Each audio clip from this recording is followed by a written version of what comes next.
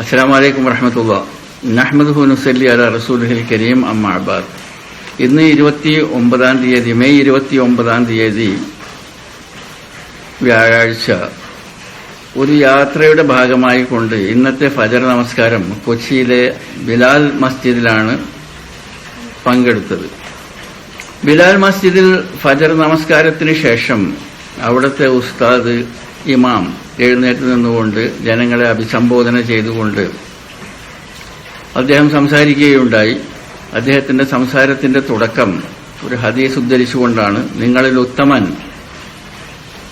ഖുർആൻ പഠിക്കുകയും പഠിപ്പിക്കുകയും ചെയ്യുന്നവനാണ്. അതിനുശേഷം അദ്ദേഹം ഒരു ഖുർആൻ വാക്യം ഉദ്ധരിക്കുകയുണ്ടായി.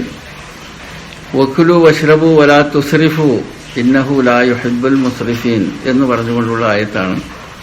നിങ്ങൾ തിന്നുകയും കുടിക്കുകയും ചെയ്തു കൊള്ളുക, എന്നാൽ നിങ്ങൾ ഇസ്രാഫ്, അതായത് അമിത വ്യയം ചെയ്യരുത് എന്ന ആഹ്വാനമാണ് അദ്ദേഹം ഈ ഖുർആൻ വാക്യത്തിലൂടെ ജനങ്ങൾക്ക് നൽകിയത്.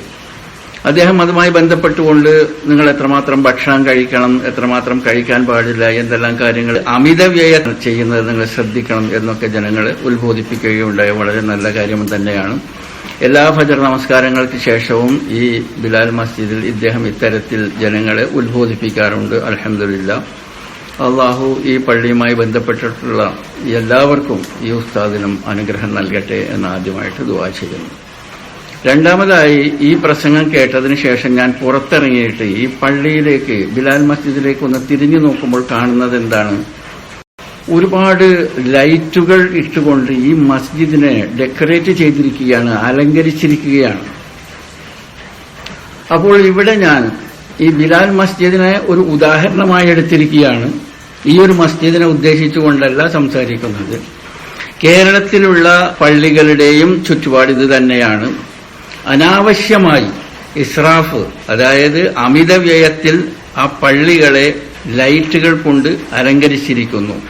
ഇവിടെ നിങ്ങൾക്ക് കാണാം ഈ ബിലാൽ മസ്ജിദിനെ ഏതുമാത്രം അലങ്കരിക്കപ്പെട്ടിരിക്കുന്നു എന്നുള്ളത്. അപ്പോൾ ഇത്തരത്തിൽ മസ്ജിദുകളെ ലൈറ്റുകൾ കൊണ്ട് അലങ്കരിച്ച് അതിന്റെ ഇലക്ട്രിസിറ്റി ബില്ല് ആ നാട്ടിലുള്ള നിവാസികളിൽ നിന്ന് സംഘടിപ്പിക്കുന്ന ബൈത്തുൽ മാലിൽ നിന്ന് ഈ ഇലക്ട്രിസിറ്റി ബില്ല് അടക്കുമ്പോൾ യൗമൽ ഖിയാമത്തിൽ അള്ളാഹു ഈ കമ്മിറ്റിക്കാരെ ചോദ്യം ചെയ്യുകയില്ലേ? ഇതിനെ എതിർക്കാതിരുന്ന ആ നാട്ടുകാരെ അള്ളാഹു ചോദ്യം ചെയ്യുകയില്ലേ എന്ന ഒരു ചോദ്യം ഞാൻ ഈ കമ്മിറ്റിക്കാരുടെയും അതേപോലെ തന്നെ പണ്ഡിതന്മാരുടെയും മുമ്പിൽ അവതരിപ്പിക്കാൻ വേണ്ടിയാണ് ഈ വീഡിയോ ഞാൻ പങ്കുവെക്കുന്നത്. അതുപോലെ തന്നെ നബിദിനത്തോടനുബന്ധിച്ച് പള്ളികളിൽ ഒരുപാട് ലൈറ്റിങ്ങുകൾ കാണാൻ കഴിഞ്ഞിട്ടുണ്ട്.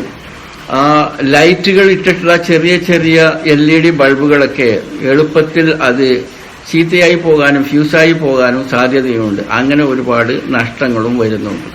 അപ്പോൾ ഇതൊക്കെ ഇസ്രാഫിൽ പെടുമോ ഇല്ലയോ എന്നുള്ള വിഷയം കമ്മിറ്റിക്കാരും പണ്ഡിതന്മാരും ജനങ്ങളെ ഒന്ന് മനസ്സിലാക്കി കൊടുക്കാൻ വേണ്ടിയിട്ടുള്ള ഒരു റിക്വസ്റ്റാണ്, ഒരു ആഹ്വാനമാണ് ഞാൻ ഈ വീഡിയോ കൊണ്ട് ഉദ്ദേശിക്കുന്നത്.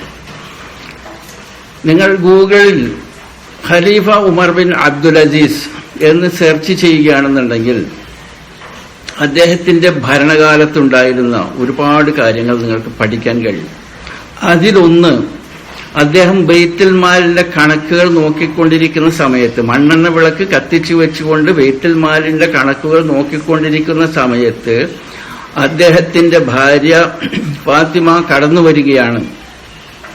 എന്നിട്ട് അദ്ദേഹത്തോട് പറയുകയാണ്, എനിക്ക് ചില കാര്യങ്ങൾ സംസാരിക്കാനുണ്ട് എന്ന് പറഞ്ഞപ്പോൾ നമ്മുടെ മണ്ണെണ്ണ വിളക്ക് എടുത്തിട്ട് വരൂ എന്ന് പറഞ്ഞുകൊണ്ട് അവരെ തിരിച്ചയച്ച് അവരുടെ മണ്ണെണ്ണ വിളക്ക് എടുത്തുകൊണ്ട് വന്ന് ആ വെളിച്ചത്തിലാണ് ഇവർ സംസാരിക്കുന്നത്.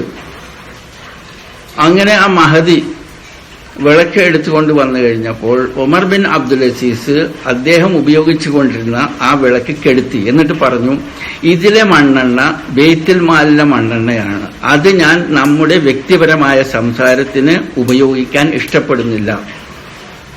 ഇത്രയ്ക്കും സൂക്ഷ്മത പുലർത്തിക്കൊണ്ടിരുന്ന മഹാന്മാരെ ഫോളോ ചെയ്യുന്ന നമ്മൾ മുസ്ലിങ്ങൾ ഇതുപോലെ പള്ളികളെ ലൈറ്റിട്ട് അലങ്കരിച്ച് അതിന്റെ ഇലക്ട്രിക് ബില്ല് കൊടുക്കുന്നത്, ഇതിനെ നമ്മൾ ഏത് രീതിയിൽ കാണണം എന്ന് പള്ളി കമ്മിറ്റിക്കാരും പണ്ഡിതന്മാരും വിവരിച്ചു തരണമെന്നുള്ള ഒരു ആഹ്വാനമാണ് ഞാൻ ഈ വീഡിയോ കൊണ്ട് ഉദ്ദേശിക്കുന്നത്.